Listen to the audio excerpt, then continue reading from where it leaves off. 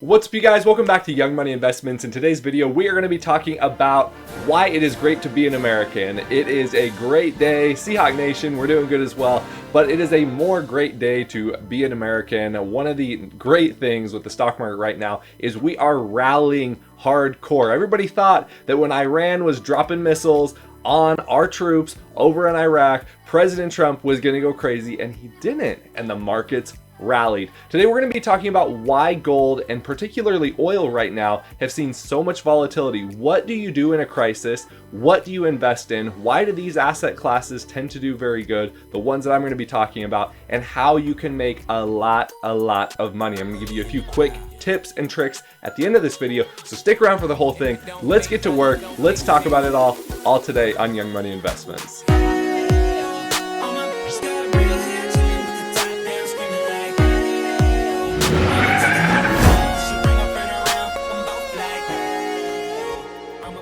Alright, you guys, so quick little news intro to this. I obviously want to talk a little bit about the news. Want to give you the update. You know, why did the markets rally so much today? Want to talk about why gold and oil have been so volatile and really going up quite a bit over the past few days as we've seen this kind of Iraq-US tension thing going on. Then I want to talk to you and give you a few more tips just in general. How will the overall recession affect you? And then, like, what do you need to be in order to be profitable during times of uncertainty? Like right now, these are good little tastes, not really affecting your portfolio whatsoever, but that's why it's a good time to learn. It's good to learn when you're not stressed and worried. Let's look at the news real quick. All right, so as you can see right here, the stocks are doing much better today. Obviously, as it says right here, stocks rise, lifting NASDAQ to a record after Trump's comments on Iran attacks ease tension. So essentially, as you can see right here, stocks rose sharply on Wednesday. That would be today after President Donald Trump spoke out about an attack by Iran on Iraqi airbase that houses American troops, which had led to a massive sell-off in the overnight trading. And the DJIA, also known as the Dow Jones Industrial Average, gained 259 points, or 0.9%. The NASDAQ composite advanced 1% to hit an all-time high, and the S&P 500 climbed 0.8% to hit all-time record highs as well, you guys. Honestly and truly, those things are huge. It is important. We are hitting all-time highs. We are continuing to go up and away like Elon Musk, the rocket man. It's going crazy. And I only mentioned that because Tesla stock's going to 500. Like, it's unreal. But back to the important topic right now. So in Donald Trump's announcement, he basically said that Iran appeared to be standing down. However, though, Donald Trump did also mention the US will immediately impose additional punishing economic sanctions on the Iranian regime. Honestly and truly, that is huge because he's taken the bigger step.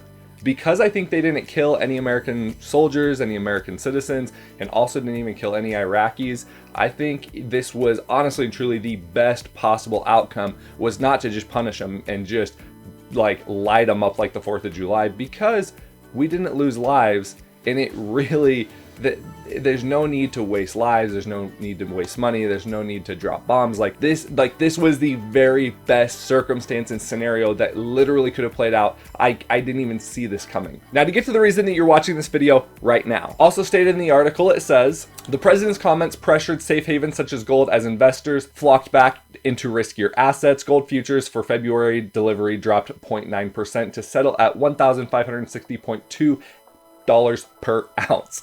Overnight, the precious metal jumped to its highest level in about 7 years. I mean, this is just taking a look here at gold futures on the past 3 years. On the 3-year chart, as you can see, there was a massive break of pattern, massive jump. Gold is usually pretty cyclical. It's pretty consistent. Gold was just going off. As you can also see here, the ES or mini E's for the S&P 500, you can also see where there was a large little dump after hours, and we have rallied from that dump. I mean, over 2.7%. I mean, that is an insane and crazy movement.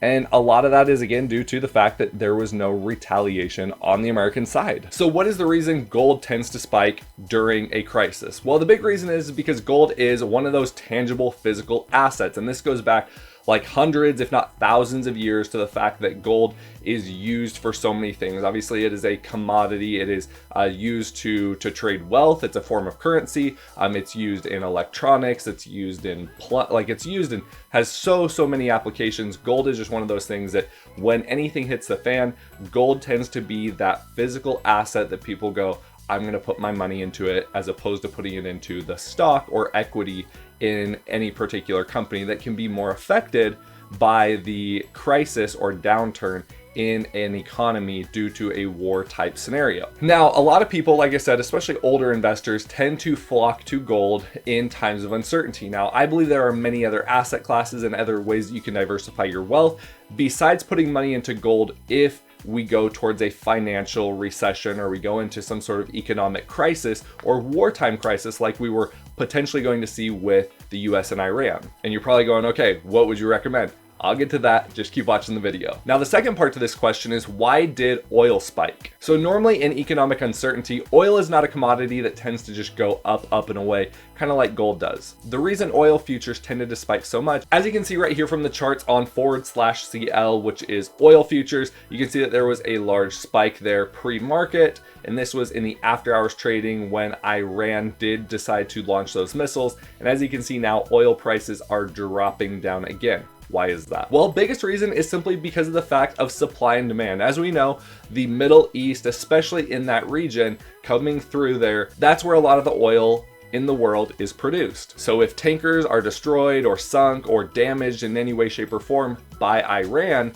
that is going to create less supply and obviously the same demand, which then makes prices go up. And it's not cool up like a SpaceX rocket. It's like cool up like you got to spend more money on a yeah.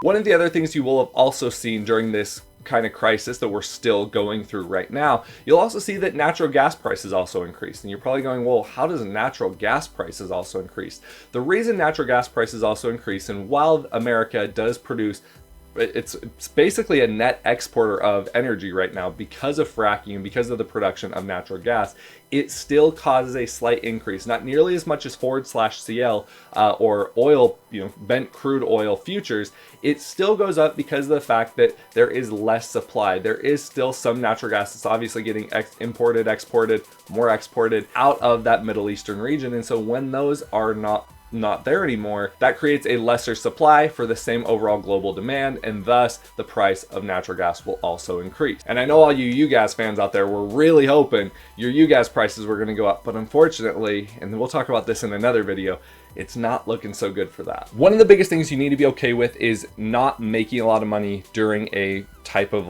recession. Now, what do I mean by that? I mean, if you're a net long-term investor, you need to go into the realization that when you are going through a financial crisis, you're going to not be making nearly as much money in the short term. Long term, you're going to make a lot more, but in the short term, you need to realize and come to grips with the fact that hopefully you saved up enough cash, enough of a nest egg to offset the short term time frame where you're not going to be making as much money. I mean, like it says right here, I mean, it hurts to miss out on gains, but missing out on gains is basically the only way to not lose money. Your goal is to time your asset allocation so that you can have the least amount of risk exposure when the cycle turns. The problem obviously is that nobody ever knows when that cycle is going to turn. While bull markets last usually about 8 years, 97 months, give or take, we are like 2 years plus longer than the normal average bull run. We're due for a pullback. That's why you should know these things. By comparison, bear markets since the 1930s have an average duration of only about 18 months or 1.5 years. Very small sliver of time. The average loss in value usually is right around 40%, so that's a very big drop. As Buffett always says though, be fearful when others are greedy, and greedy only when others are fearful. But honestly, I really do think that is a key important thing for long-term investing especially. Second thing that is going to help you out tremendously during a bear market, go net short on certain positions and on certain asset classes, especially futures. I think that is one of the reasons I've been learning so much about futures and really talking a lot about futures lately, is because it offers you the ability to make so much money and actually short an overall market and make a lot of money due to the fact that you are obviously leveraged on that particular contract for the overall market, like the mini E's. And another way for all you Robinhood users out there, you can always go long volatility ETFs. Volatility ETFs such as TVIX and VXX are great options for those of you that use that Robinhood app. It makes me cringe just talking about it, but that's a way you can make some money. Some people will tell you go long treasuries, some people will tell you to long gold. Like I said, I personally don't like that option. There is some money to be made in there. I'm not denying that, but that's just not my cup of tea, and I'm not going to pass on that knowledge if I don't think that's just not what I do. So I hope you enjoyed the video. I hope you found these things helpful. And if you did, please hit that thumbs up button. Feel free to check the links down below. There's a link to my private mentorship as well. I'd love to have you in there. We'll still do some more of those free mentorships. I got a few of you in there. I know you guys are loving it. I'm so glad. I love just having more people in there to talk with, communicate with, share my knowledge, share my insight. And I hope you enjoyed this video, like I said, and leave a comment down below. What are some other ways that you think you can benefit and profit from some of the volatility that happens in the markets on a daily basis, monthly basis, and yearly basis? I'd love to know some of your tips, tricks, secrets as well. And I will catch you in the next video. Thanks so much for being a part of Young Money Investments. And remember, always be young money, not dumb money. Catch you in the next one. Bye, guys.